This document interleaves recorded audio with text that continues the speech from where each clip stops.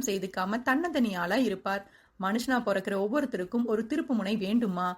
அது நிச்சயம் திருமணத்தின் மூலம்தான் கிடைக்கும். அதான் சொன்னேன், இதில் என்னம்மா தவறு இருக்கு? பெரியவர் அவள் கேள்விக்கு பதில் சொல்லும் முன், ஓ, உங்க திருமணத்தில் நீங்க எதிர்பார்த்த திருப்பு முனை இதுதானா ஹனீஷா? பிரணவின் குரலில் இரு பெண்களும் அவசரமாக திரும்பினார்கள். அவன் சாதாரணமாக கேட்டிருந்தாலும் அதிலிருந்த ஏதோ ஒன்று ஹனீஷாவை சுருக்கென்று குத்தியது. நெஞ்சில் ஏற்பட்ட வலிக்கு விழிகளில் நீர் கோர்த்து கொள்ள அவசரமாக உள்ளிழுத்து கொண்டாள். எல்லோருக்கும் நினைக்கிறபடி வாழ்க்கை அமைவதில்லை. நான் போன ஜென்மத்தில் என்ன பாவம் செய்தேன்?